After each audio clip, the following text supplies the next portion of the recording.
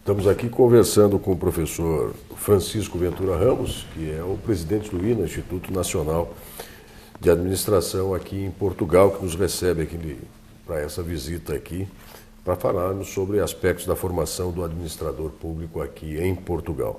Com relação à posição de Portugal na União Europeia, a partir da unificação, enfim, de vários aspectos, da moeda e de, enfim, uma série de transformações recentes, pode-se dizer recentes, nas sociedades dos países da União Europeia, em que medida essa desterritorialização, como a gente poderia defini-la, cria maiores ou menores desafios, maiores ou menores dificuldades para o administrador público atuar praticamente num outro âmbito que não mais o seu país, mas de parte de um continente. Como disse bem, cria sobretudo um maior horizonte de atuação, ou seja, em muitas matérias o processo de construção da União Europeia faz com que as regras sejam definidas a nível europeu e, portanto, sejam as mesmas regras para todos os 27 países que constituem a União Europeia e não sejam matérias já decididas país a país. Isso é importante porque em muitas dessas matérias, a regulação de mercados, questões financeiras, a política monetária, questões ambientais, a agricultura, essas regras são pensadas em termos europeus. Portanto, não interessa pensar apenas a realidade portuguesa ou a realidade espanhola, interessa considerar a realidade europeia. E esse é um processo que vai continuar a crescer, ou seja, o que tem vindo a acontecer nos últimos, no caso português, nos últimos 25 anos, que é o tempo que Portugal leva de integração no espaço económico europeu, é que o número de matérias que são consideradas, que abrangem a política europeia, tem vindo a aumentar. No caso português, devo dizer que esse tem sido um processo muito útil para Portugal.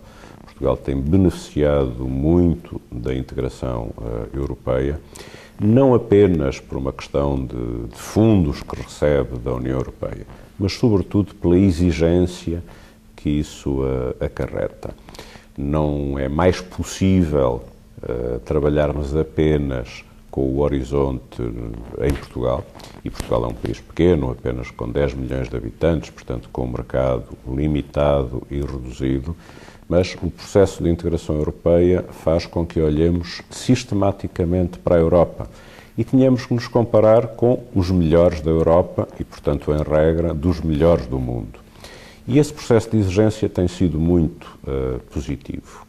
Aliás, para apoiar o desenvolvimento económico de Portugal e para voltar a uma das suas primeiras questões, então, e a burocracia?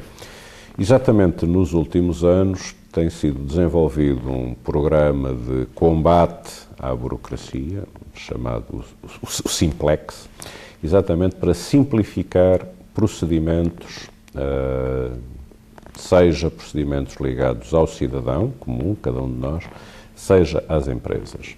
Portanto, dois objetivos, que é diminuir os chamados custos de contexto, ou seja, o Estado tem naturalmente, a administração pública, uma função de garantir a regulação das atividades, garantir certificação, qualidade, e esse é um custo que temos que pagar e que estamos disponíveis para pagar para termos garantias quando consumimos os bens e os serviços, mas tem havido a preocupação de reduzir o mais possível esses custos. E essa redução tem sido feita, sobretudo, à base da introdução das novas tecnologias nos processos de funcionamento do Estado. Um exemplo, em muitas situações, para poder ter uma atividade privada, é preciso obter uma licença, um alvará. Espero que no Brasil estas palavras sejam também usadas. E aquilo que acontecia até há pouco tempo em Portugal é que em muitas situações era preciso não ir apenas a um serviço público, mas a 2, a 3, a 4, a 5, a 6, portanto dificultando a vida às pessoas. O trabalho que tem vindo a ser feito em Portugal é encontrar forma de que o cidadão se dirija apenas a um local um ponto de contacto e depois os vários serviços públicos se organizem para todos darem resposta num único momento a essas necessidades. Isto significa duas coisas: preocupação com o bem-estar do cidadão, mas também com o desenvolvimento económico, porque estamos a favorecer novos negócios, novas iniciativas, e isso é bom para todos, para a economia portuguesa, mas também a usar e a incorporar no funcionamento da administração pública os benefícios das novas tecnologias. De facto, hoje, com a internet, com a web, é perfeitamente possível, em muitas situações, evitar a presença no serviço público, e é possível resolver muitos contactos através da internet. Seja marcar uma consulta médica, seja fazer a inscrição num curso do INA, pode ser feito calmamente a partir do computador do serviço ou de casa. Não precisa de vir ao balcão do INA para se inscrever num curso. Essa constatação que o senhor traz aqui a respeito das transformações que a unificação desses 27 países trouxe, ela tem transformado a formação do administrador público em Portugal na formação do administrador público da União Europeia, e isso envolve compreensão do que seja a unificação, entendimento das diferentes realidades dos países que integram a União Europeia, a questão da fluência em mais de um idioma. Como é que tem sido isso? Como é que isso tem repercutido? Unificação não me parece que seja esse o espírito. Por exemplo, há uma rede das escolas de administração pública dos vários países europeus, e aquilo que nós fazemos normalmente é troca de experiências. Um professor português que vai, digamos, colaborar noutras escolas, aqui também em Portugal vêm professores de outros países europeus para dar a sua experiência. Mas tem havido, na parte da administração pública e da formação em administração pública, um enorme respeito pela cultura, pelos valores, pela tradição de cada país. E há ainda administrações públicas muito diferentes de país para país. E esse, aliás, é um dos valores da construção europeia, que é tentar juntar aquilo que pode ser mais interessante e unificar as matérias que todos ganharemos se forem, de facto, unificadas, mas mantendo o respeito por valores, tradição, cultura. E a forma de funcionar a administração pública ainda é uma matéria que está no âmbito nacional. Ou seja, não é fácil comparar e não há a preocupação de que a administração pública em Portugal funcione exatamente da mesma forma de que funciona na Alemanha ou no Reino Unido. E isso não é uma preocupação. A preocupação tem sido apenas trocar informação, no fundo, mostrar boas práticas, mostrar casos de sucesso, enfim, e depois esperar que isso faça o seu caminho, digamos, exemplificativo e demonstrativo. Nomeadamente aquilo que eu lhe dizia há pouco da simplificação administrativa que estamos desenvolvendo em Portugal, tem sido objeto de várias visitas, digamos, de responsáveis de outros países e, eventualmente, de réplicas noutros países, assim como nós também, os portugueses, naturalmente, temos verificado o que se faz de bom noutros países, também no Brasil, e temos aprendido e importado algumas soluções que são desenvolvidas, quer em países europeus, quer, como lhe dizia, também no Brasil. No caso brasileiro, o papel do Estado tem sido, em alguma medida, em algumas ações, em alguns programas ou políticas, compartilhado com outros atores da sociedade e, sobretudo, as organizações do terceiro setor, não governamentais, a ponto de se criarem ambientes de governança compartilhados, setor privado, Estado, terceiro setor. Isso altera ou interfere em alguma medida também na formação do administrador? Ele precisa estar preparado para se relacionar com diferentes setores da sociedade? Sem dúvida. Como eu lhe dizia há pouco, digamos, nos planos de formação, aquilo que cada vez mais valorizamos são competências de negociação, de liderança e não de chefia. E isso provavelmente marca exatamente essa diferença. Não é possível hoje termos serviços públicos a atuar, digamos, de forma isolada na sociedade. O serviço público, se quer influenciar, se quer prestar um bom serviço, tem que ser capaz de articular, seja com o chamado terceiro setor, as organizações não governamentais, serviços, instituições em Portugal, as instituições ligadas à Igreja Católica têm ainda uma relevância muito grande na área da saúde, na área do apoio social e, portanto, prestam serviços muito relevantes à sociedade. Isso acontece de forma articulada e coordenada pelos serviços públicos. É fundamental que o gestor público saiba negociar, saiba influenciar o comportamento desses serviços, uma vez que não é possível mandar. E, portanto, as competências de negociação, as competências de liderança, as competências de estabelecer objetivos que possam ser partilhados por várias organizações, as competências de acompanhar e monitorizar aquilo que vai acontecendo e, naturalmente, as competências de avaliação e de prestação de contas, depois no final dos projetos, são muito importantes.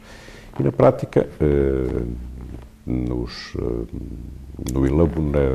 trabalho de elaborar os programas de formação, tentamos trazer também, ao trazer essas competências para os programas, mostrar que exatamente esse é o caminho.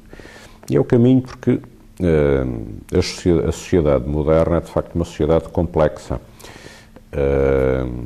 Nós, cidadãos, queremos que o Estado nos proteja em quase todos os aspectos da nossa vida, o que faz com que, para que isso aconteça, o papel do Estado, do setor público, saiba atrair a satisfação dessas necessidades outras organizações, sejam do terceiro setor, sejam instituições privadas, através dos seus projetos de responsabilidade social, para que, de facto, possamos viver de forma harmonizada. Mas deixe-me lhe dizer também que estes anos mais recentes, com esta crise financeira e económica em termos mundiais, mostram bem também qual é a importância do Estado e do setor público. Porque quando permita-me a expressão, quando as coisas correm mal, toda a gente se vira para o Estado e espera que seja o Estado, o setor público, a corrigir aquilo que correu mal e a pôr a mão por baixo para, de facto, não cairmos todos no buraco. Uma das grandes lições a retirar destes 2 últimos anos de crise financeira, dos mercados financeiros, é que é muito importante que os países tenham um Estado forte, um Estado com serviços públicos qualificados e capacitados para, no momento de crise, poderem encontrar uma resposta e dar a volta à situação. Muito bem, nós estamos aqui nos aproximando do encerramento de mais esta teleconferência, este programa do projeto Oficinas de Gestão, Oportunidades de Desenvolvimento. Nesta oportunidade, conversando com o professor Francisco Ventura Ramos, presidente do INA, o Instituto Nacional de Administração, que fica aqui no Palácio dos Marqueses de Pombal, em Oeiras. Bem perto de Lisboa. Bem perto de Lisboa, aqui, que nos recebe, e mais uma vez nós agradecemos a recepção, a acolhida e a oportunidade de poder conversar sobre a formação do administrador público aqui em Portugal e, sobretudo, sobre as tendências, desafios que a administração pública, o papel do Estado tem nesse momento fundamental de todas as nações. Professor Francisco, ao tempo que agradeço a sua disponibilidade, a sua dedicação em nos receber e a acolhida que nos presta, eu gostaria de ouvir 2 minutos para a sua saudação final, sobretudo aos nossos alunos que acompanham dentro do programa Oficinas de Gestão todas essas teleconferências e esses programas que tratam de questões fundamentais na formação do administrador, do setor público ou do setor privado. Por favor. Pois, muito obrigado pela vossa iniciativa e por me terem escolhido, digamos, para ter esta conversa, que naturalmente com muito gosto que o faço. sobretudo porque a matéria da formação em gestão pública é de facto muito importante e cada vez mais importante. O papel do Estado e dos serviços públicos é um papel muito relevante para todos nós, em Portugal, no Brasil, em todos os países desenvolvidos. E aquilo que aprendemos todos os dias é que o papel do servidor público tem uma componente de ética que é cada vez mais relevante. Um bom gestor público deve conhecer todas as boas técnicas de gestão, deve usar todas as boas técnicas de gestão, deve ser capaz de dialogar com todos os setores da sociedade, deve ser um especialista em negociação, mas além de tudo isso, há uma questão de ética de serviço público. Por ética de serviço público, o que se entende é a noção e a importância do serviço ao cidadão. Mais importante que a nossa organização é servir o cidadão, é para isso que existe o serviço público. E esse é um valor que hoje, como dizia há pouco, depois desta crise, fica completamente recuperado como um valor essencial e um valor de que todos os gestores públicos devem estar bem conscientes quando exercem a sua função. Capacidade técnica, capacidade de negociação, capacidade de inovação, mas aliado sempre a um sentido ético de serviço às pessoas, de serviço ao cidadão.